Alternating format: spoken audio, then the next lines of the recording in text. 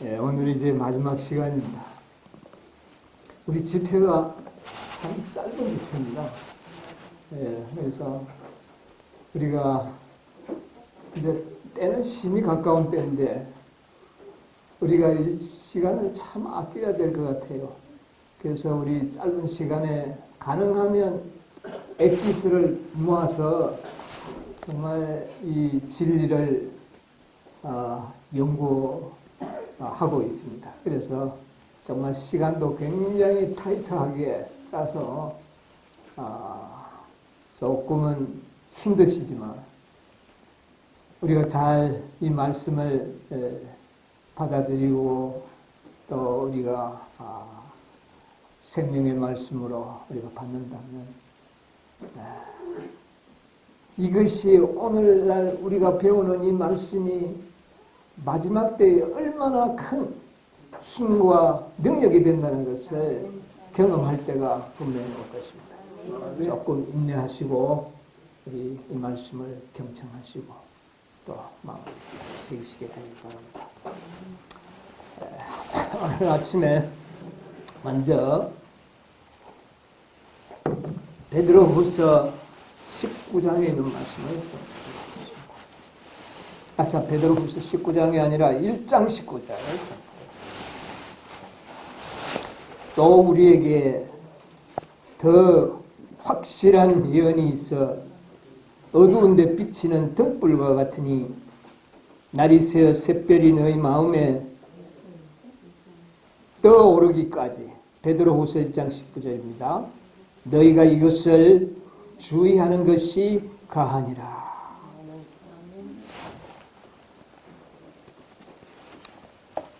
마지막 때에 우리가 양식이 없는 기근이 아니고 물이 없는 가람이 아니라 정말 참된 진리를 듣지 못하는 그런 기근과 가람이 올 것이라고 그랬습니다. 그러나 지금은 은혜 받을 만한 때로 정말 하나님의 은혜가 하나님의 의의가 하늘에서 빛처럼 쏟아지는 그런 때입니다. 이때 우리가 조금은 욕심을 내서 이 말씀을 정말 보완을 심령 속에 해야 합니다. 이것이 여분의 기름입니다. 우리가 등만 딱 들고 가면 편리하지만 여분의 기름을 또 한 손에 들어야 돼요. 불편합니다. 그러나 여분의 기름이 없는 자들은 미련한 처녀로 남을 것이요 이 등만 들고 간 자들은 모두가 다 실패하게 됩니다. 그래서 우리는 정말 좀 불편하고 하지만 이 여분의 기름을 반드시 준비해야 합니다. 그런 자들은 슬기로운 처녀가 될 거예요. 그렇게 하기 위해서는 우리는 이 예언을 아주 연구해야 되는데 확실한 예언이 있다고 그랬습니다. 그런데 우리가 확실한 예언이라 그러면 다니엘서 2장이나 7장 이런 예언만 이야기하는 것이 아닙니다. 그것은 이미 과거에 우리가 다 배웠던 예언. 예언인 것은 미래의 일을 우리가 밝혀줘요. 어제 우리가 종종 자주 인용했지만 에스겔 37장에 그 마른 뼈들이 살아나는 비결이 뭐였습니까? 대언을 하니까 살아나지 않았습니까? 여기저기 흩어져 있던 뼈들이 제자리에 와서 맞춰지고, 여러분 오늘날 재림교인들이 지식은 많이 있는데 많은 예언들을 가지고 있는데 이것이 제자리에 끼워 맞추는 일에 실패하고 있어요. 엉뚱하게 끼워 맞추는 그런 일들이 많이 있는데 우리가 정확한 예언을 통해서 이것이 제자리에 맞춰지고 궁극적으로는 그 속에 생기가 들어감으로 큰 군대가 되더라. 여러분 이 마른 뼈가 누구를 상징한다고 그러는지 아십니까? 좀 읽어드려야 되겠습니다. 에스겔 37장 주석에 보면은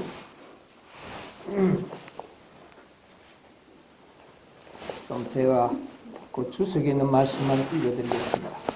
주석 1절로 10절 주석에 보면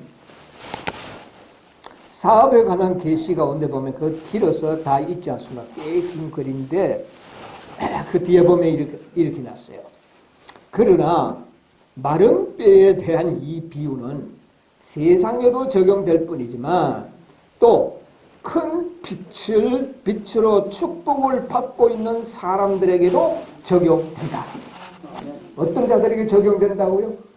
큰 빛을 받은 자들에게 적용된다. 그리고 그 밑에는 또 뭐라 그러느냐면 이 뼈들은 이스라엘의 집 곧 하나님의 교회를 상징한다. 여러분, 오늘날 이 시대에 큰 빛을 받은 백성들이 누굽니까? 셋째 천사의 기별을 받은 자들은 다 큰 빛을 받은 자들. 그런데 이들이 마른 뼈로 비유되었다는 것. 확실합니까? 왜 그럴까요? 요한계시록 3장에 보니까 뜨뜻 미지근한 것은 곧 마른 뼈로 비유되었다 그 말입니다. 미지근한 것은 마른 뼈로 비유된 거예요. 그래서 하나님의 교회를 상징한다. 대단히 놀라운 사실. 그런데 희망이 있다 그랬어요. 라오디가 교회는 희망이 있는 교회라 그랬어요. 왜 희망이 있는가? 그들이 예언을 들으면 살아나요. 그 뼈들이 맞춰지고 생기를 얻어서 큰 군대가 될 수 있다는 거죠. 여러분, 어떤 군대가 될까요? 이 큰 군대가. 여러분, 이 큰 군대는 마지막 여자의 남은 자손, 진성과 그의 우상과 사울 14만 4천인의 큰 용사들, 그리고 기드온의 300명의 군사들로 선택받을 수 있는 영혼들이 될 수 있다는 거예요. 뭐를 받으면? 예언을 연구하면. 여러분, 이 예언을 연구하지 않는 이상에는 이 마른 뼈들이 살아날 길은 없어요. 여러분, 새 천사의 기회를 받은 자들이 또 어떤 예언을 연구해야 됩니까? 여러분, 새 천사의 기회를 받은 자들은 다니엘서 7장, 8장, 9장 다 압니까? 모릅니까? 알고 있는 영혼들이 왜 마른 뼈들이 되었느냐 그 말입니다. 여러분, 그렇지 않습니까? 이 예언으로는 이미 저 개신교에서 나올 때에 이 예언들이 하나님의 놀라운 큰 빛을 받는 백성으로 불러낸 겁니다. 예언에 통하여 재림교회의 백성들이 생겨난 거예요. 그런데 지금도 그 예언을 가지고 또 살아날 겁니까? 그 예언을 가진 백성이 마른 뼈가 됩니다. 그러면 다른 예언에 의하여 살아나야 될 거 아닙니까? 그런데 그래서 베드로가 말하기를 샛별이 떠오를 때까지 너희들은 예언을 뭐하라? 연구하라 그 말이에요. 샛별이 떠오를 때까지. 주님의 재림이 확실하게 다가올 때까지는 계속해서 우리는 뭐를 연구해야 된다? 예언을. 만약 이 예언을 연구하지 않는다면 마른 뼈 그대로 있게 될 것이라는 것입니다. 그러므로 우리는 예언을 연구해야 됩니다. 리브 앤드 헤럴드 1884년 7월 1일자에 보면 이런 말씀이십니다. 우리의 승리는 군사들의 숫자에 달린 것이 아니고 예수께 온전히 굴복한 사람이 몇이냐에 달려있다. 기드온의 군대에 관한 이야기 속에는 우리들에게 주시는 교훈이 있다. 우리는 진리에 대한 총명한 지식을 반드시 가지고 있어야 한다. 진리에 대한 총명한 지식. 대충 하는 허리멍텅한 그런 지식이 아니고 분명한 지식을 가지고 있어야 한다. 성경을 연구해야 한다. 여러분, 재림교인들이 성경을 많이 아는 것 같지만 사실은 그렇지가 못해요. 죽은 지식으로 변했습니다. 이제 다시 성경을 연구해요. 그러나 교리를 배우기 위해서가 아닌 실제적인 교훈을 얻기 위하여 성경을 연구하라. 교리적인 것 달달 외우고 합니다. 예언들을 잘 알고, 뭐를 잘 알고? 예언들을 잘 알고 그리스도의 교훈을 익숙하게 알고 있어라. 아는데 어떻게 알아라? 익숙하게. 하나님은 그대가 기드온의 군대처럼 즉시 출동할 수 있는 군대가 되기를 바랐습니다. 여러분, 기드온의 군대는 마지막 시대에 정말 짐승과 그의 우상과 싸워서 승리해야 할 14만 4천인의 군대를 상징한다. 어제 우리가 공부했지 않습니까? 확실한 것입니다. 그래서 성경을 깊이 연구하고 예언을 연구하라고 했어요.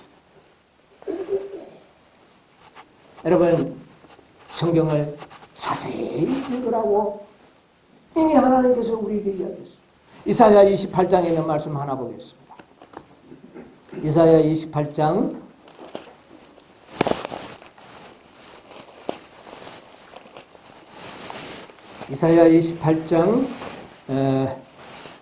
23절을 보도록 하겠습니다.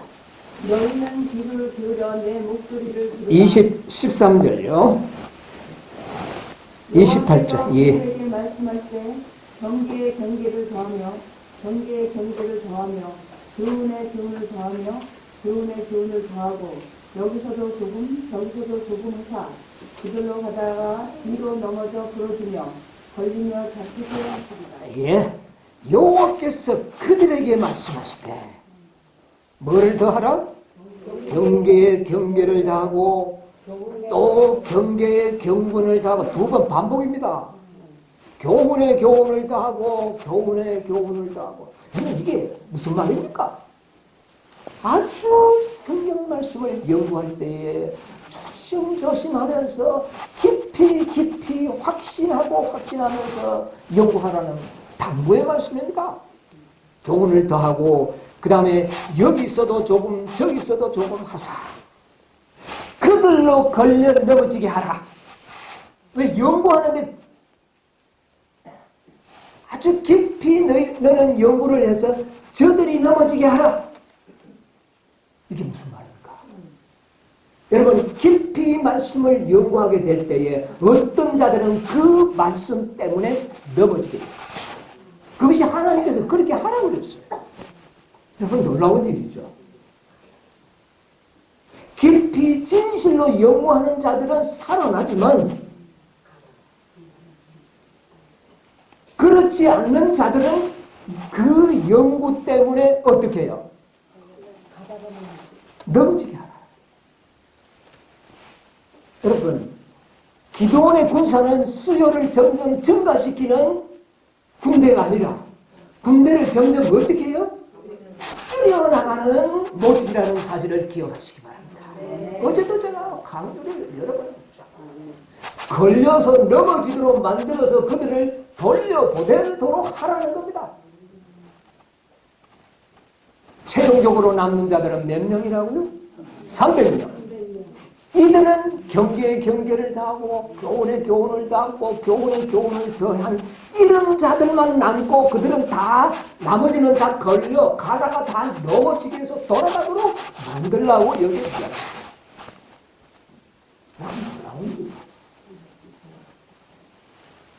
그러므로 23절에 보면 너희는 귀를 기울여 내 목소리를 들으라. 그런데 어떻게 들으라? 자세히 들어라. 자세히 들어라. 쉽게 생각하지 말라는 겁니다. 여러분, 오늘날 재림교회에 대충 알고 있는 성경 지식, 대강 알고 있는 지식, 유전으로 알고 있는 지식 다시 한번 검토해야 합니다. 옛날 이스라엘 백성들이 메시아에 대한 예언을 많이 알고 있었지만 대충 알고 있었습니다. 그래서 대부분은 알기로 메시아가 오면 이 이스라엘 나라는 이 지상의 최고의 왕국이 되어서 이 땅의 지상 왕국을 이룰 것이다. 그것이 그들이 알고 있는 유전적인 지식입니다. 오늘날 이 마지막 이스라엘 백성들은 그런 게 없을까요? 성경을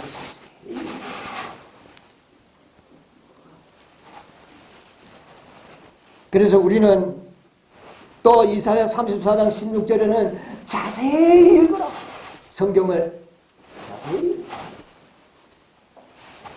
여러분, 이 예언을 심사숙고하게 연구해야 합니다.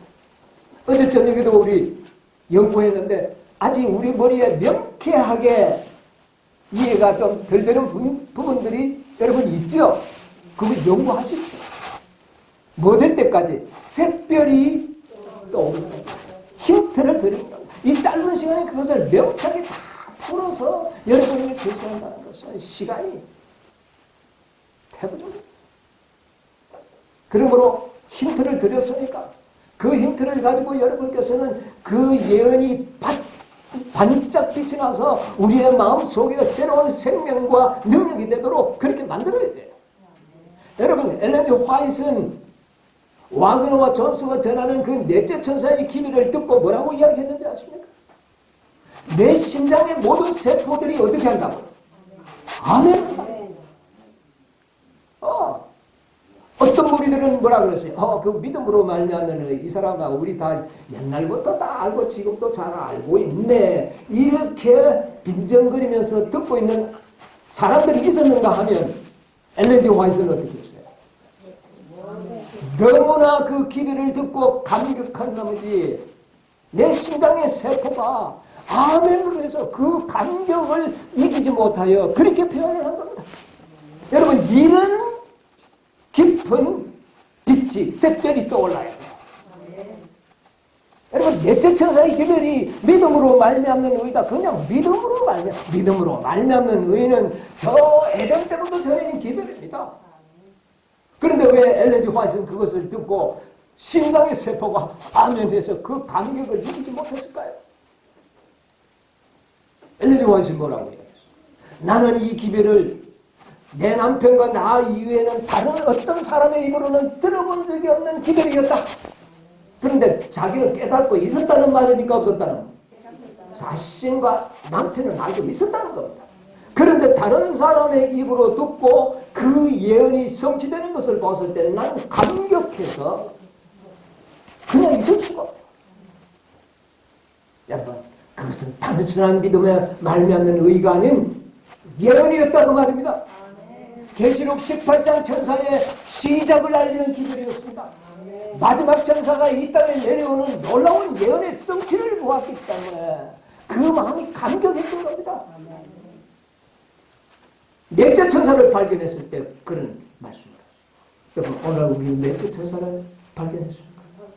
다섯째 천사의 길을 발견한 우리의 마음에 샛별이 떠오를 때까지 깊이 연구해서 와, 이거구나 하는 그런 놀라운 성령의 감동의 충격이 우리들의 심령에 있어야 됩니다. 그때 여러분이 우리의 생애가 변화되고 우리의 유전자도 변화되는 겁니다.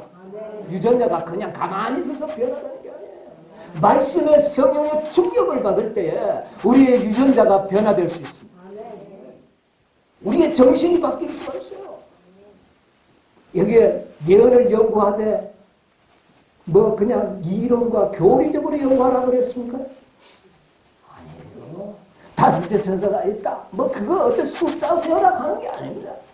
그 다섯째 천사의 기별은 이 시대에 하나님께서 이 땅에 보내시는 마지막 천사. 여러분 생각을 해보세요. 무슨 천사? 마지막 천사. 이제는 일할 시간이 얼마밖에 없다? 1시간밖에 없다. 그렇구나. 웃어버릴 일이 아니라는 겁니다. 이것은 매우 심각한 문제입니다. 우리의 운명을 결정지을 수 있는 그런 기별이에요. 우리의 운명이 달려있다는 말입니다, 여러분. 이 1시간 동안 은혜의 기간이 끝나는 거예요. 그래서 우리는 이 마지막 기별을 통하여 우리의 심령이 변화되지 못하고 우리의 생애가 변화되지 못한다면 그들은 구원에 실패하는 겁니다. 궁극적으로 구원에 실패하는 겁니다. 지금은 허다한 무리가 있지만은 앞으로 우리가 도래할 그 위기의 시기는 이제는 뭐는 없어집니까? 위기의 시기, 일요일 법령이 내리게 되면 허다한 무리는 그때부터는 없습니다. 미안하죠. 지금은 있을 수 있어요. 어디서 무슨 진리를 듣든지 구원받고 구원받을 수 있습니다. 다섯째 천사 몰라도 구원받을 수 있어요. 그러나 마지막 위기의 순간에는 다섯째 천사의 기회를 통하여 변화함을 받은 자 외에는 견딜 수가 없는 겁니다. 넷째와 다섯째 천사의 사명은 뭐냐면 셋째 천사의 기별에 힘과 능력을 주는 거예요. 그 힘과 능력을 받지 못한 자들은 일요일 지키면 짐승의 표를 받는다는 것을 엄연히 알고 있지만 뭐가 없어서 힘과 능력이 부족함으로 쓰러집니다. 믿음은 전혀 될 수밖에 없는 겁니다. 여러분요. 내가 힘이 없으면 지는 겁니다. 싸우면은. 알고 있다고 이기는 거 아니에요. 시험 쳐서 하늘에 가는 게 아니라고 말입니다. 힘이 있어야 돼요. 누구와 싸우는 겁니까? 용과 또요 거짓 선지자와 짐승과 싸우지 않습니까? 그 강력한 군대들, 악의 군대들과 싸울 때에 우리가 힘이 없다면 알고 있는 그것이 나를 구원해 줄 것입니까? 아니라는 것입니다. 지식은 셋째 천사의 기밀 속에 다 들어있어요. 더 이상의 지식이 없습니다. 그러나 힘과 능력은 셋째 천사의 기별에 18장 천사의 기별로 힘과 능력을 받아야 된다고 말입니다. 이게 놀라운 일 아닙니까? 아는 것으로 만족하고 다섯째 천사 그거 뭐 그게 중요하냐 구원받으면 되지. 14만 4천이 뭐 중요하냐 구원받으면 되지. 아멘입니다. 저도 구원받으면 됩니다. 그러나 어느 순간에는 14만 4천이냐 들어가지 못한다면 구원도 잃어버리는 때가 온다고 말입니다. 우리는 그때를 위하여 준비하는 것입니다. 그때를 위하여 준비하는 것입니다. 그래서 우리는 이 기별에 대하여 깊이 연구해야 됩니다. 그래서 우리는 기도원의 군사에 대하여 이것은 마지막 시대를 표상하는 군대라고 이야기하고 있어요. 그래서 우리는 이 말씀을 깊이 연구해야 됩니다. 여러분 왜 기도원의 군사가 300명입니까? 왜 500명 하면 안 됩니까? 왜 10,000명 다 가면 되지 않습니까? 자, 원수들은 해변에 모래와 같이 많은데 왜 32,000 군대가 왜 많은 겁니까? 얼마 돌려보냈습니까? 22,000명을 돌려보냈습니다. 3분의 2가 넘는 군사들을 돌려보냈습니다. 왜 돌려보냈습니까? 그들은 자원에서 온 사람들이에요.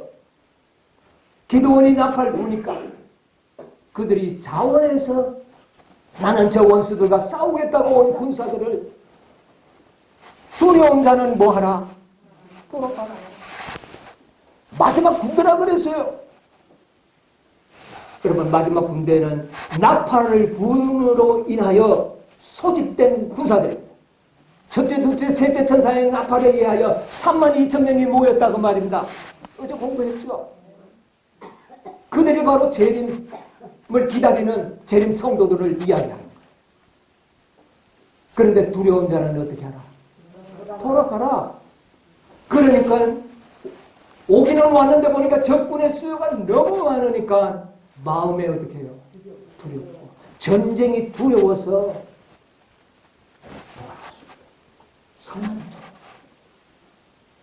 이것이 마지막 시대의 표상이라고 말입니다. 이 일이 역사 속에 이루어지지 않았습니까?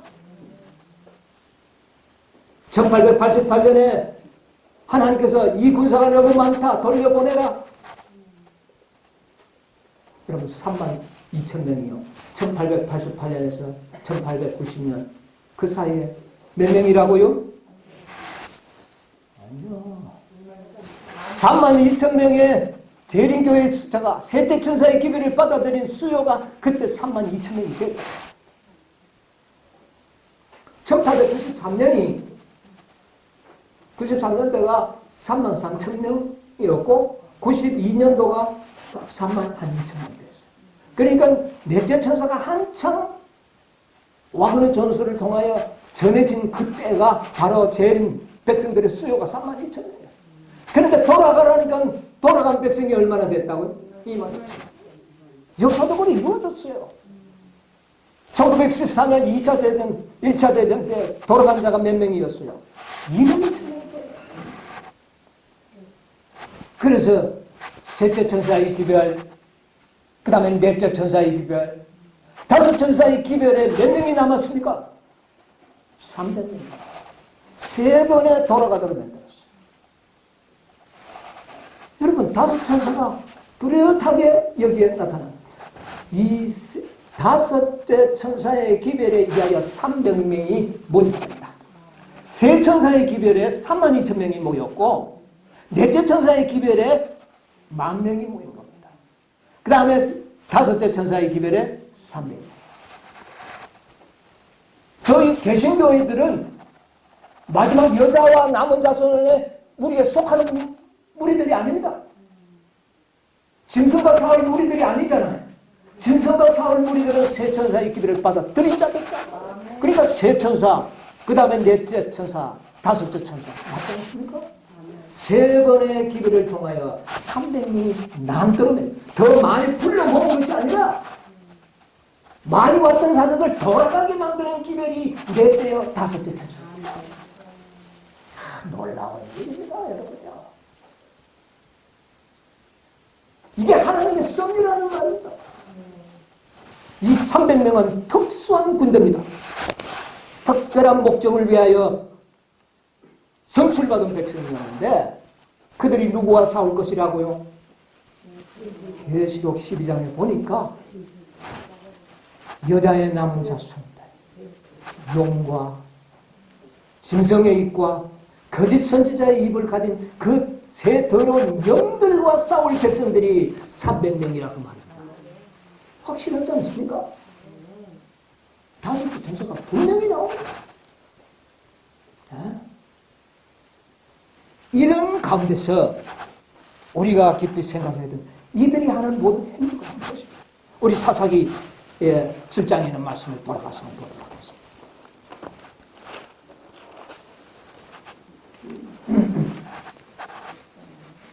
사사기 7장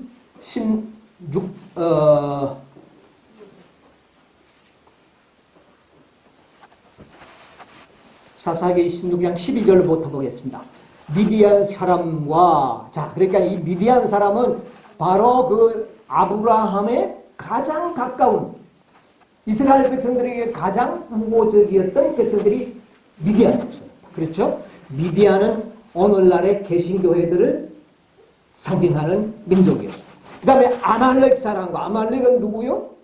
짐승의 입, 법안가, 하나님을 대적하여 하나님의 율법을 변경시키고 폐하려고 하는 세력들, 하나님의 보좌를 대적하는 아말렉 상징입니다. 그 다음에요, 동방의 모든 사람, 이것은 이방의 용의 입, 그 외의 모든 민족들이 다 이스라엘을 치러 왔다, 그 말입니다.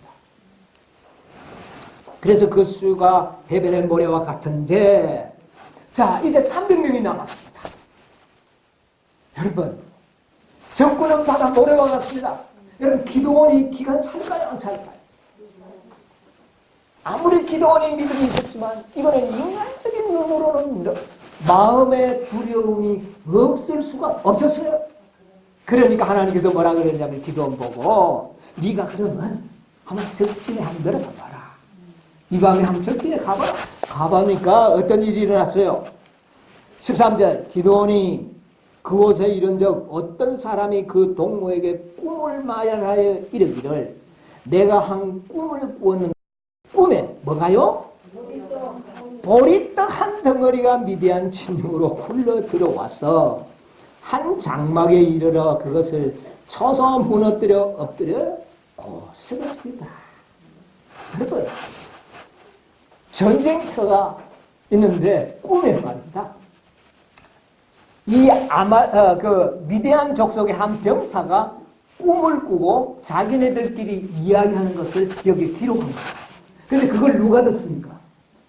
기드온과 부라가 듣습니다. 이 부라라는 그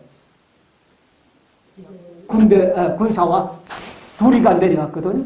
내려갔는데 어느 한 장막에 가까이 이르보니까 그 장막 속에서 군인들이 이야기하는데, 내가 꿈을 꿨는데 보리떡이 하나 굴러서 들어오는데 그만 장막이 쓰러지더라. 이런 이야기를 한답니다. 그러니까 그 한 동무가 뭐라고 해석합니까? 그 동무가 대답하여 가로되 이는 다른 것이 아니라 이스라엘 사람 요아스의 아들 기드온의 칼날이라. 여러분 보세요. 전쟁 마당에 꿈을 꿔서 무슨 큰 대포탄이 굴러서 막 들어오든지 마차가 굴러오면 이거는 좀 그럴듯한데 그 아무 가치 없는 보리떡이 떼굴떼굴 굴러왔어. 여러분 이 보리떡이 뭡니까 여러분? 5개의 보리떡을 가지고 5,000명을 모이고 부녀자들 같이 합쳐서 10,000명을 먹였던 그 보리떡은 바로 예수 그리스도를 상징하지 않습니까? 이 떡을 먹는 자는 어떻게 되리라? 살아나리라. 보리떡은 예수 그리스도를 상징하는데 왜 5덩어리가 굴러왔으면 좋을 텐데 5덩어리가 굴러왔으면 우리하고 참 맞는데 몇 덩어리가 굴러왔어요? 한 덩어리가 떼굴떼굴 굴러와요. 왜 한 덩어리? 여러분요, 세 덩어리 이미 사용했잖아요. 저 앞에서 32,000을 모을 때 세 덩어리 사용했어요. 또 하나는 10,000명을 모을 때 사용했잖아요. 이제 몇 개가 남았어요? 하나 남은 게 떼굴떼굴 굴러와가지고 이 모든 전쟁을 끝판내버렸다는 겁니다, 여러분요. 한 덩어리가 이 세상의 싸움을 승패를 좌우할 것이라는 것을 이야기하는 것입니다, 여러분요. 아멘. 보리떡 하나는 이제 5번째의 기별. 복음. 이것이 이 세상을 끝을 낼 것이야. 놀라운 일입니다. 그런데 그것이 뭐냐? 기드온의 뭐였다? 칼날이었다. 여러분 칼이 뭡니까? 말씀의 검 곧 성령의 검. 여러분이요, 5째 천사의 검은 말씀의 검이면서 성령의 검입니다. 아멘. 5째 천사들에게 늦은 성령이 부어져서 그들이 완전히 하나의 칼이 되는 것입니다. 아멘. 이 원수의 적진을 회파할 수 있는 능력의 칼이 되는 거예요. 아멘. 놀라워요. 말씀이라는 말입니다. 첫 번째는 5째 천사의 기별의 마지막 복음. 이 마지막 복음에 성령이 부어져서 성령의 검으로 화해버리는 것입니다. 이 검에 의하여 미디안 족속들의 그 바다 모래와 같은 군사들이 다 어떻게 해요? 지멸당합니다. 자, 그렇게 되니까 어떤 일이 일어나느냐면 22절 보세요. 그 한 덩어리가 300명이 이 300명은 한 덩어리입니다, 여러분. 진리로 하나가 된 겁니다.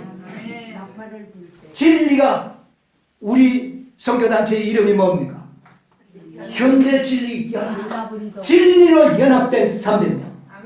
여러분 이것은 조직으로 연합된 게 아닙니다. 진리로 연합된 이 하나된 성령의 검들 300명이 나팔을 불매 마지막 큰 애침을 할 때에 어떻게 해요?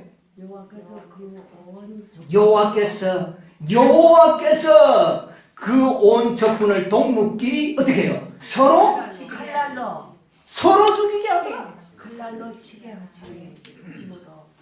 적군이 도망가요. 이것이 바로 아마겟돈 전쟁, 무기토 전쟁에서 일어났던 일이 여기에 이렇게 적나라하게 성취될 것이라. 놀라운 일이죠. 우리에게 이 기별을 깨닫게 하시는 우리 하나님께 감사합니다. 아멘.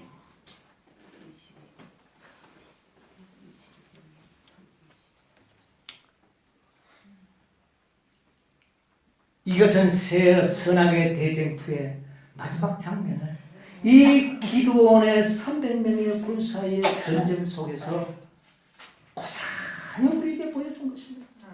그래서 마지막 선지자도 기드온의 이 300명의 군사에 대하여 연구하고 그 예언을 연구하라고 연구가 안 합니까? 예언을 연구해야 된다. 여러분 넷째 천사의 기별을 발견했을 때 그 선지자의 가슴을 뛰게 했다면 다섯째 천사의 기별을 발견한 오늘날 우리들은 가슴이 뛰어야 되지 않겠습니까? 이 기별에 의하여 우리가 변화받아야 되지 않겠습니까? 여러분의 믿음으로 말미암는 의의 기별이 얼마나 우리에게 훌륭한 기별이 주어졌습니까?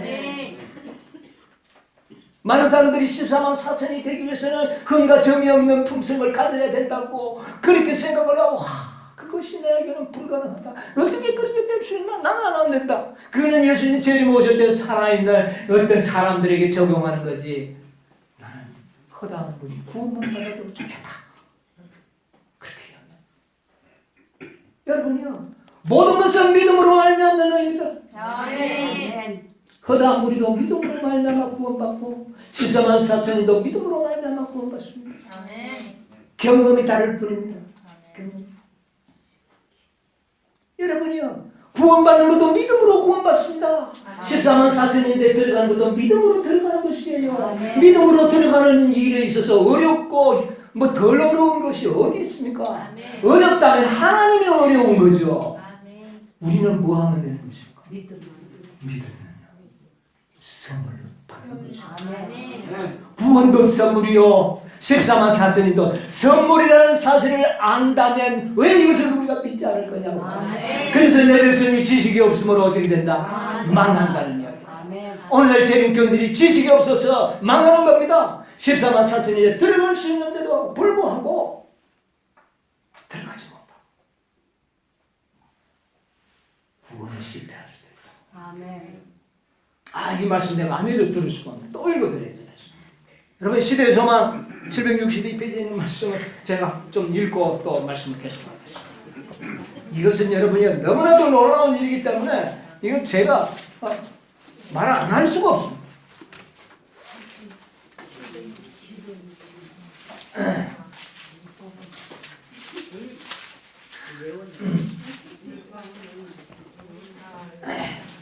(762페이지에) 있는 말씀 율법의 의, 율법은 의, 즉 의로운 생에 완전한 품성을 요구하지만 인류는 그 요구에 미칠 수 없다. 인류는 하나님의 거룩한 율법의 요구를 충족시킬 수 없다. 여러분 우리가 아무리 어떤 방법을 해도 우리 인간은 흠과 점이 없는 완전한 품성 할 수 없지. 우리 안 돼. 그러나 그리스도께서는 인간으로 지상에 오셔서 거룩한 생애를 사시고 완전한 품성을 개발시키셨다. 예수께서는 완전한 품성을 하늘에서 가져오신 겁니까? 아닙니다. 이 땅에 오셔서 인간으로 살면서 여러분과 저 같은 똑같은 육신을 가지고 개발하신 품성입니다. 그러므로 인간들에게 주실 수가 있어요. 완전한 품성을 개발시키셨다. 그리스도께서는 그것을 받고자 하는 어떤 사람이 아니라 받고자 한다면 모든 사람들에게 값없이 선물로 주신다. 이게 믿음으로 말미암는 의가 아니고 선물이라는 거예요. 우리의 공로로 얻어지는 것이 아니라 우리의 행위로 얻어지는 것이 아니라 선물로 주시겠다는 겁니다. 이 선물을 품성을 선물로 주겠다. 여러분 품성도 내가 뭐 노력해서 얻는 줄 압니까? 물론 노력 안 하면 못 받아요. 노력 자체가 믿음이에요. 믿음의 열매입니다. 순종은 믿음의 결과예요. 믿음 없으면 순종 안 합니다. 믿음 없으면 노력도 안 할 거예요. 그러니까 믿음 있는 자는 순종할 것이고 믿음 있는 자는 노력할 것이고. 그런 자들은 무엇을 받게 될 것이다? 품성을 선물로 받겠습니다. 아멘. 품성을 선물로 받는 자에게 영생도 선물로 주겠다. 아멘. 여러분 이거 꼭 기억하시기 바랍니다. 여기 보세요. 품성을 선물로 주신다. 그 다음에 보세요. 그분의 생명은 사람들의 생명을 대신한다. 옛날에는요, 품성을 선물로 준다고 약속하지 않고 구원을 선물로 주겠다고 그랬어요. 옛날에는 구원을 선물로 준다고 그랬어요. 그런데 이 시대에는 뭐를 선물로 주겠다? 품성을 선물로 주겠다는 겁니다. 왜 그럴까요? 열매 맺는 때이기 때문에 그렇습니다. 이때는 열매를 맺어야 되는 것. 열매는 품성 아닙니까? 네. 이 품성을 우리에게 맡겨놓으면 어느 처년에 될 겁니까? 선물로 주시겠다는 거예요. 무엇으로 받으라는 겁니까? 칭의로 받으라는 거예요. 믿음은 칭의입니다. 그런 자들에게 품성은 선물로 받는 자에게는 영생도 준다는 겁니다. 그런 자들에게 영생 주겠다는 거예요. 여러분, 전에는 영생을 받은 자들이 품성이 변화됩니다. 이제는요, 품성을 받은 자가 영생을 얻도록 만들겠다. 여러분, 이게 뭔가 다르지 않습니까? 전에는 예수 믿으면 성화됐어요. 근데 이제는 어떻게 해요? 마지막 이 300명의 군사들이 다섯째 천사의 기별은 시기가 없어요. 뭐 칭의 배우고 성화 배우고 이거 시간이 안 돼요. 뭐부터 받으라? 품성부터 받으라는 겁니다. 일단 받으면 영생도 주겠다. 그걸 받으면 성화도 시켜주겠다는 말입니다. 여러분, 이건 놀라워. 이게 다섯째 천사의 복음입니다. 똑같은 복음이지만 여러분, 이것은 놀라운 거예요. 계속 보실래요? 생명도 주신다. 그리하여 그들은 하나님의 관용을 통하여 과거의 죄도 품성을 받는 자에게 죄도 용서하겠다. 전에는 죄를 용서받아야 품성이 되는데 이제는 어떻게 해요? 품성을 받는 자에게 용서해 주겠다. 여러분, 뭐가 조금 같은 건데 좀 달라요. 품성을 안 받으면 죄 용서해 줄 필요도 없어요. 왜? 마지막에는 어떤 자만 구원하기 때문에, 완전한 자만 구원하기 때문에 완전한 품성을 선물로 안 받는다면 죄 용서해 주면 뭐하랍니까? 여러분, 마지막 때는 완전하지 않은 자는 구원을 받을 수가 없기 때문에 죄 용서해 주면 뭐합니까? 그러니까 어떤 자만 용서해 주겠다? 완전한 품성을 선물로 받는 자만 죄를 용서해 주겠다. 그때가 우리에게 오고 있습니다. 그래서 우리는 그 기회를 우리는 전해야 되는 겁니다. 놀라운 일이죠. 자, 그 다음에 또 봅시다. 죄를 용서뿐만 아니라, 뿐만 아니라, 이거 또 덤으로 더 주는 겁니다. 이거는 한 주먹을 더 집어주는 건데 뭐냐? 뿐만 아니라 그리스도께서는 하나님의 속성을 그들에게 성화 아닙니까? 우리의 이 악한 유전자를 하나님의 속성으로 변화시켜버리겠다. 품성을 받는 자에게 그렇게 하겠다는 겁니다. 여러분, 품성을 믿음으로 받으라는 겁니다. 이게 다섯째 천사가 외치는 기별이에요.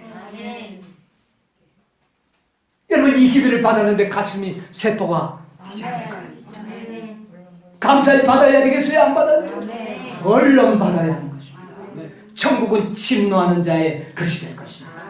여러분이 이 기별을 우리가 등한히 여긴다면 어찌 능히 피하리요? 놀라운. 그래서 결과적으로는 율법의 요구가 이루어지게 할 것이다. 누가요? 그분이 예수 그리스도였어.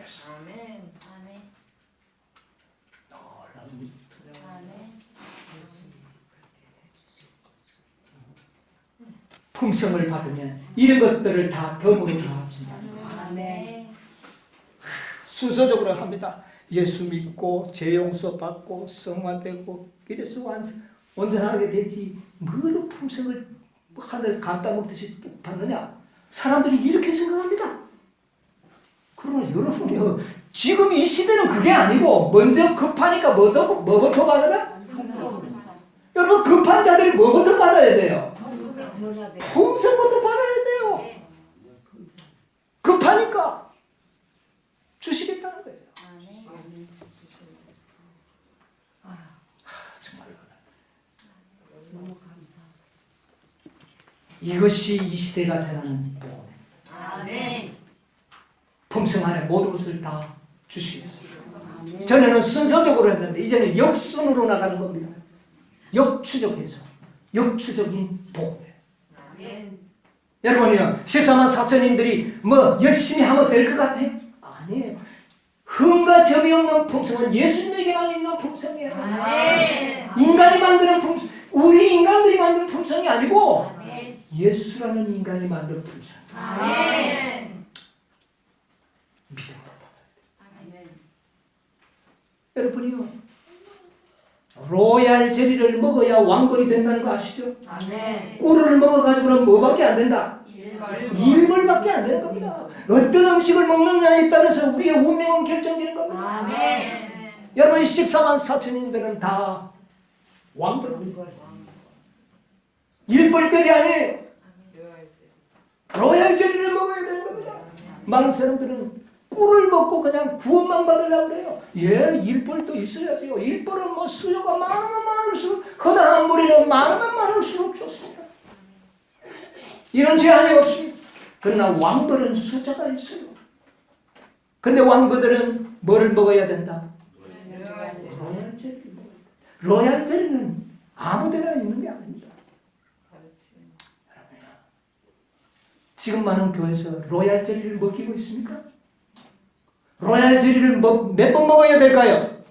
계속 먹어야지. 계속. 한 번만 먹고 딱 걸어놓으면 됩니까? 아 14만 4천 실수다. 마지막 군대다.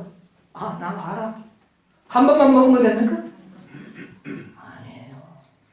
로얄 제리는 늘 공급받아야 돼요. 아멘. 매 안식일마다 모든 가정 공과마다 어떤 기회가 있을 때마다 이 사실을 증거하고 강조하고 깨닫게 하고 새로운 빛으로 우리의 심령을 채우지 아니하면 여왕별이 되는 일에 실패하게 됩니다. 아멘. 영광이 되는데 날개가 없는 벌이나가 별별별하는 그런 벌이 될 수 있다. 오늘날 로얄 제리를 먹이는 그런 교회가 어디 있느냐 그 말이에요. 일벌들을 만드는 교회는 많이 있습니다. 그러나 로얄 제리를 주는 교회 마지막 300명의 구사를 만들고 다섯째 천사의 기별의 이 놀라운 복음 역순으로 받을 수 있는 이 복음 이 복음을 전하는 교회가 어디 있더냐 그 말입니다. 이것이 하나님께서 우리에게 주신 다섯째 천사의 기별을 받은 자에게 주신 축복인 것입니다. 여러분의 이 축복을 우리가 간과하게 여기고 등간히 여긴다면 피할 수가 없어요. 300명의 군사 작정된 시간이 다가버렸는데 300명의 군사에 대한 비밀을 제가 오늘 이야기하려다가 이 말씀의 중요성 때문에 제가 하나님의 시간이 와요. 여러분 300명의 군사 조금 내가 이야기를 안 할 수가 없어요. 왜 300명이냐? 이 300명은요 14만 4천인을 상징하는 군대입니다. 아멘. 뿐만 아니라 이 14만 4천인을 상징하기도 하지만 특수한 사람들이 될 수밖에 없는데 이들은 일요일 법령과 함께 야곱의 환란을 통과하면서 그 전쟁을 치러야 할 군대들입니다. 그렇다면 이들은 죽은 14만 4천인 특별 부활에 일어날 14만 4천인들이 아니라 누구라는 말입니까? 정말 살아서 마지막 때까지 살아서 통과할 무리들 그 적들과 싸워야 할 무리들이 300명이라는 말입니다. 물론 14만 4천 전체의 군대를 상징도 합니다. 그러나 더 자세히 들어가면 300명은 마지막 이 여자의 남은 자손들이 되어서 용과 거짓 선지와 이 진성의 직접적으로 맞닥뜨려서 싸울 군사들의 수요가 300이야. 아멘. 확실하지 않습니까? 아멘. 이들은 싸워야 하니까요. 근데 죽은 자들은 다 죽은 자 같으면 누가 싸웁니까? 이들은 살아있어야 돼. 예수님 오실 때 분명히 살아있어야 돼. 오시기 직전에. 일요일 명령부터 싸움이 시작하는 겁니다. 그때부터 싸울 수 있는 사람들이 되어야 돼. 그래서 이들은 특수한 훈련이 필요합니다. 다섯째 천사의 기별은 바로 이들을 위하여 주어진 기별입니다. 아멘. 셋째 천사의 기별에 의하여 14만 4천 된 사람 많이 있습니다.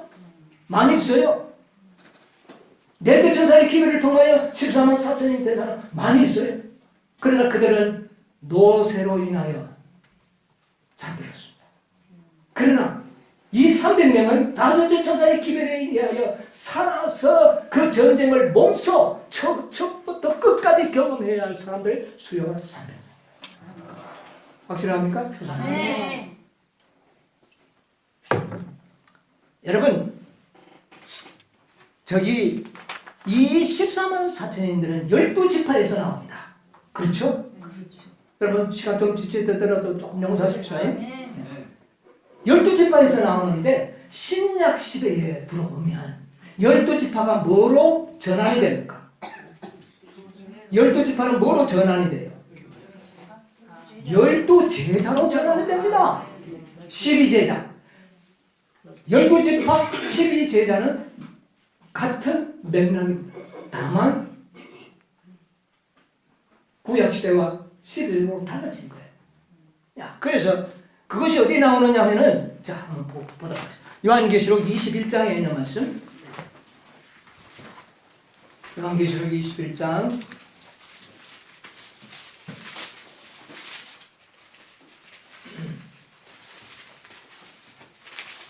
9절로부터 보면 7 대접을 가지고 마지막 7 재앙을 담은 7 천사 중 하나가 나와서 내게 말하여 가로되 이리 오라. 내가 신부 곧 어린 양의 아내를 내게 보이려 하고 성령으로 나를 데리고 크고 높은 산으로 올라가 하나님께로부터 하늘에서 내려오는 거룩한 성 새 예루살렘을 보이니 하늘의 영광이 있음에 그 성의 빛이 지극히 귀한 보석 같고 벽옥과 수연같이 맑더라.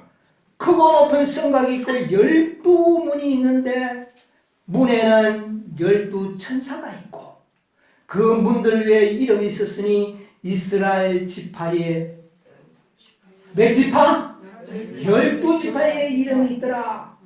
그 다음에 또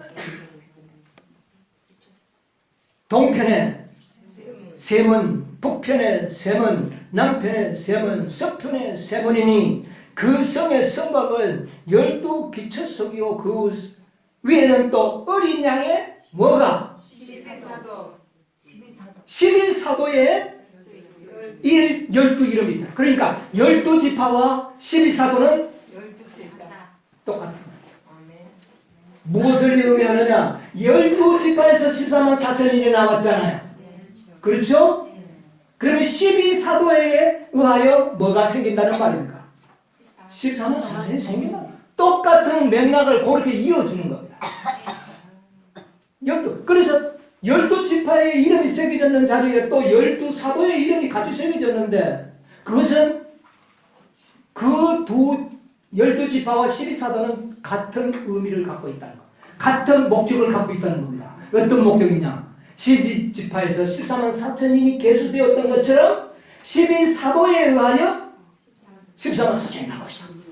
확실하지 않습니까? 그래서 가룟 유다가 죽으니까 11명이 있을 수 없으니까 한 명을 더 못합니다. 여러분 12사도에서 한 명도 적고 나중은 안 됩니다. 12의 배수가 14만 4천인데 한 명도 적고 많으면 안 되는 거예요. 그러면 제자가 꼭 12명 될 필요 없어요. 11명도 될 수 있습니다. 정확한 숫자가 나오도록 하기 위하여 정확한 12명이 필요해요. 여러분 이 비밀입니다. 성경을 자세히 읽고 아주 깊이 여기서 조금 저기서 좀 어떤 사람 가고서 끼워 맞춘다고. 예, 저거 끼워 맞추고 있어요 지금. 예, 확실합니다. 예. 그래서 12지파에서 14만 4천 12지파에서 13은 그 대를 이어받는 거예요. 그런데 300명은 산이지 않습니까? 왜 300명인가? 그 다음에 여러분 12제자도 똑같은 12제자지만 특별히 3명이 좀 두각을 나타냅니다.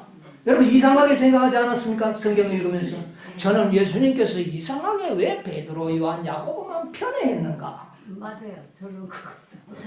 왜 3명만 자꾸 편애하는지 몰라요. 뭐 3명이 뭐 특별히 뭐 잘하는 게 없어. 베드로는 만날 실수하고 요한, 야고보는 지가 높으려고 하고 그런데 그 3명만 자꾸 데리고 다닙니다. 야이로의 죽은 딸을 살릴 때도 다른 제자는 바깥에 있으라고 맞아요. 3명만 데리고 들어갑니다. 네. 이거 편애하는 거 아닙니까? 아니 그게 그렇게 생각. 변화산에 데려갈 때도 12명 다 데리고 가면 얼마나 좋아요. 근데 딱 3명만 데리고 갑니다. 9명은 떨어져 있었어요. 그래서 9명이 좀 질투도 좀 했어요. 그렇지. 그 다음에 게셋마네 동산에서 기도할 때에 예수님이 이마에서 피땀을 흘리면서 기도하는 장면을 3명만 보도록 허용했습니다. 네. 9명은 멀쩡하게 떨어지고 3명만 예수님이 기도하는 장소까지 데리고 갔습니다. 왜 이 3명이 이런 특권을 줬을까요? 그것이 우리에게 주는 어떤 의미가 없을까요? 있겠죠. 있습니다. 300명의 3, 왜 300명만 뽑았느냐 그 말이에요. 왜 세대자만 그렇게 했느냐 그 말이에요. 여러분 300명은 세 지파를 상징하고 왜 세 지파를 상징하느냐 12명은 12지파를 상징했잖아요. 그러면 세 사람을 특별히 관리했다면 세 지파를 상징하는 거 맞지 않습니까? 세 지파입니다.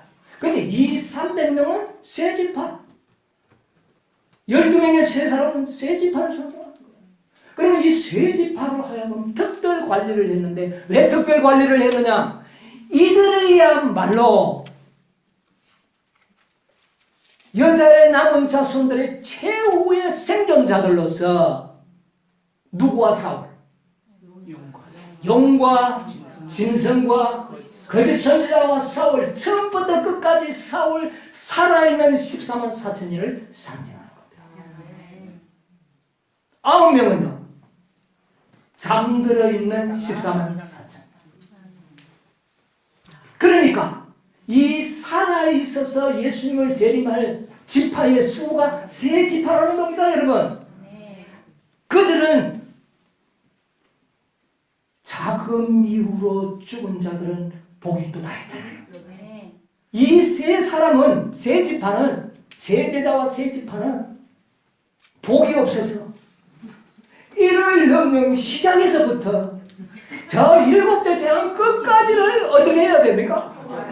통과해야 되는 복 없는 사람들이에요. 잠자는 사람 참 복이 있습니다. 여러분 9제자와 12제자가 세 제자가 뭐 특권이 다른 겁니까? 똑같아요. 제자는 특권. 그런데 9제자들은요 좀 편했고 세 제자는 베드로는 거꾸로 십자가에 못 박혀주고 야고보는 제일 처음에 칼에 순교당하고 요한은 끝까지 살아서 감옥 기름가마 속에 들어가서 끝까지 좋고 험한 꼴 다 보고 죽도록. 여러분 이들이 바로 살아서 짐승과 싸우고 우상과 싸워서 일을 여명을 시작부터 끝까지 다 싸울 사람들이 상징하는 겁니다. 여러분 세상에. 그렇기 때문에 세 사람에게는 9사람과 달리 특별한 교훈이 필요했고 특별한 훈련이 필요했기 때문에 세 사람만 데리고 다닌 겁니다, 여러분. 죽은 자들은 그렇게 경만합니다. 7째 재앙에 일어나서 잠깐 동안은 통과하면 됐어요. 여러분 9제자도 다 순교했나요, 안 했나요? 다 순교했어요. 그러나 베드로와 같은 경험, 야고보와 같은 경험, 요한의 경험과는 좀 다르지 않습니까? 마찬가지로 마지막 14만 4천인의 우상과 짐승과 사울 이 살아남을 세 지파 300명의 군사들은 특별한 훈련이 필요합니다. 왜? 그들이 겪을 경험이 엄청나기 때문에 그렇습니다. 것입니다. 그래서 야이로의 딸을 살리는 자리에 세 제자만 데리고 들어갔습니다. 왜? 이 세 제자는 예수님이 말씀하시며 살아나는 장면을 보여준 겁니다. 이것은 예수님은 영이요 생명이요 그의 말씀은 생명이라는 것, 예수님은 생명을 살릴 수 있는 능력이 있다는 것을 이 세 제자로 하여금 보도록 만든 겁니다. 여러분, 마지막 살아서 예수님의 재림을 맞이할 300명의 기도원 군사들은 확실한 그리스도의 신성을 경험해야 합니다. 아멘. 보아야 하는 것입니다. 아멘. 그 다음에 변화산에 갔습니다. 변화산에 12명 다 데려갔으면 얼마나 좋겠습니까? 그런데 세 제자만 데려갔어요. 그들 알고 특별한 진리를 가르치려고 했습니다.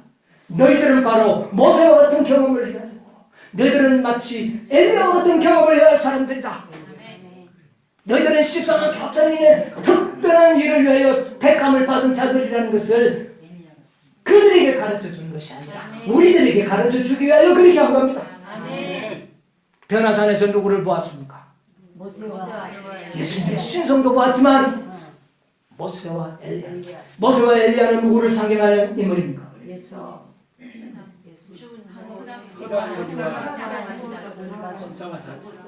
죽어서 부활할 때 14만 4천입니다.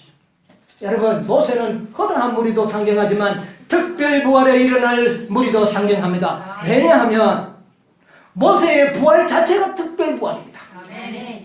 모세 자체의 부활이 특별 부활 아닙니까? 그러니까 부활 자체가 특별 부활에 일어날 14만 4천인을 상징하고, 그 다음에 엘리야는 살아서 300명을 상징합니다.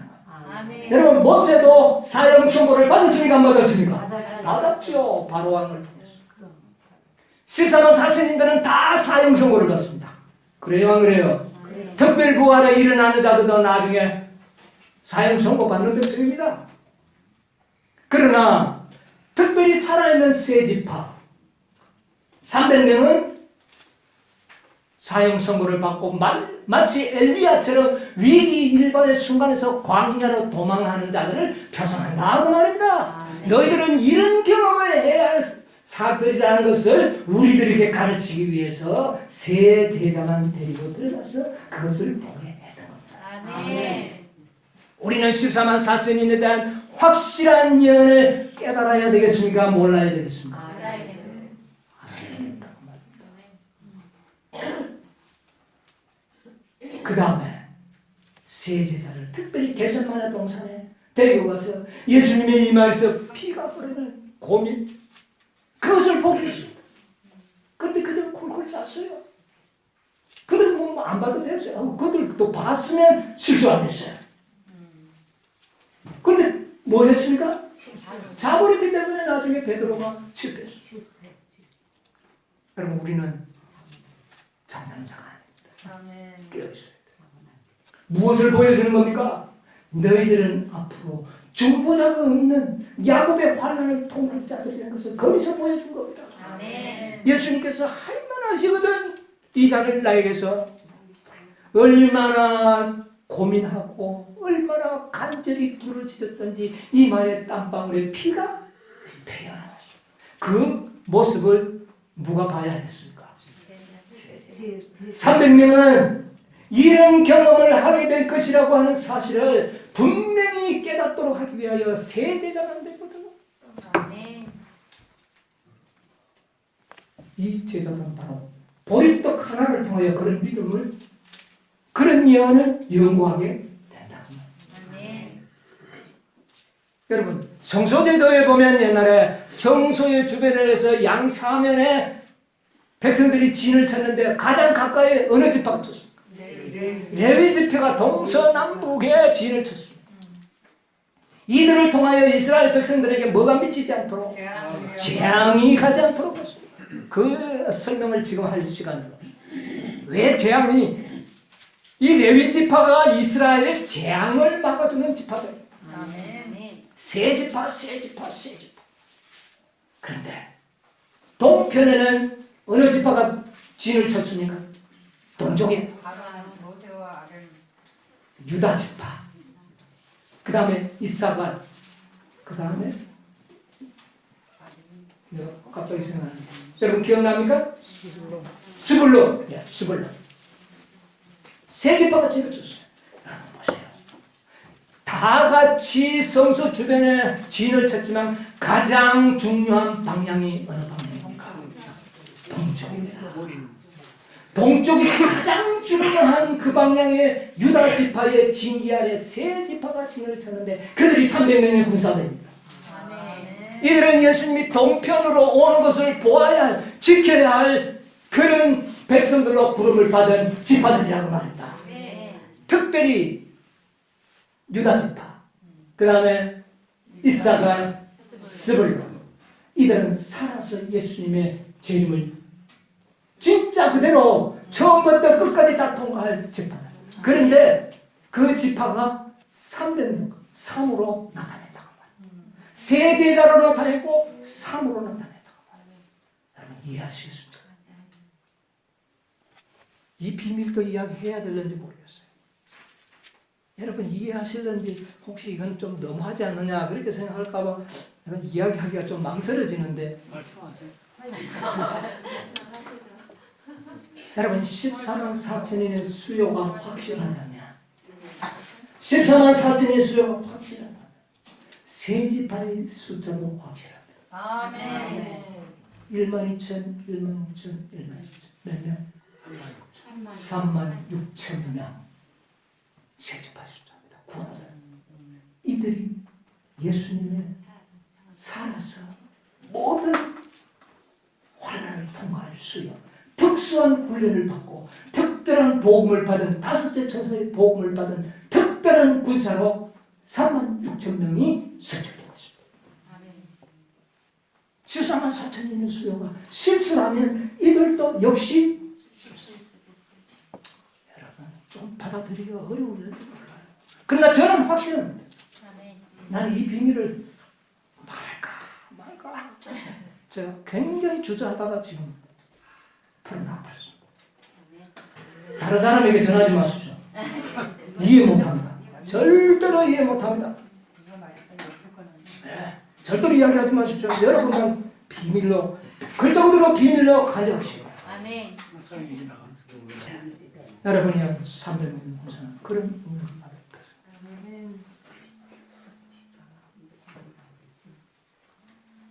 하나님께서 이렇게도 소상하게 우리에게 비밀을 공개해 주셨습니다. 아멘. 여러분 이것이 짜맞추기입니까? 어떻게 이렇게 성경적으로 하셨습니까?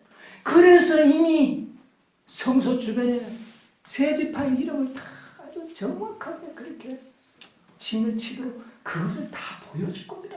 아멘. 다섯째 천사의 기별이 모세 오경을 통하여 이미 우리에게 다 보여준 겁니다. 아멘. 그런데 마지막 다섯째 천사의 기별이 300명이 있었죠. 3만 6천 명을 모시하게 됩니다. 제림교회에서는 큰 해치인데 막 구름대같이 많이 몰려올 것이 없어요. 암만 몰려와도 3만 6천 명 이상은 안 올 겁니다. 왜요? 이미 하나님께서 계획하신 것입니다. 아멘. 300명을 하나님께서 의연히 남은 숫자가 300명이 아닙니다. 베드로가 잡은 고기가 우연히 153마리가 아니에요. 아멘. 모든 숫자에는 하나님의 의도하신 계획을 숨겨놓은 겁니다. 아멘. 그 숫자에서 우리는 이런 놀라운 것을 우리가 깨달을 수 있도록 해주신 것입니다. 아멘. 많은 숫자가 올 것이라고 된 것이다. 3만 6천 명 가운데는 저 마지막 큰 해쯤에 몰려올 숫자까지가 포함된 것입니다. 아멘. 여러분이요, 이 군사는 줄어드는 군사지 불어나는 군사가요. 여러분이요, 3만 6천 명, 세 제자 300명의 군사가 되기를 원하십니까? 아멘. 보리떡 한 덩어리에 의하여 변화를 여러분 보리떡이 굴러왔다 그러는데 원어를 찾아보니까 이 원어가 뭐냐면 합학한데 변화시키라는 뜻입니다. 아멘. 보리떡 하나 여러분을 변화시켜버릴 것입니다. 아멘. 마지막에 이 복음은 우리를 변화시켜버려 완전하게 변화시키는 기별입니다. 아멘. 놀랍게 그 굴러온다는 뜻이 변화시키다는 거예요. 그게 그 하나가 우리를 변화시켜서 그렇게 만들겠다는 겁니다. 다섯째 천사님 복음을 감사히 받으시고 300명의 군사에 특별한 은총을 누리시게 되기를 바랍니다. 아멘. 여러분이여 이 300명의 군사는 놀라운 영원토록 하늘의 별이 될 것입니다. 아멘. 하늘의 스타가 될 것입니다. 그런 별들이 되시기를 간절히 바라면서 이 아침의 말씀을 마치겠습니다. 아멘.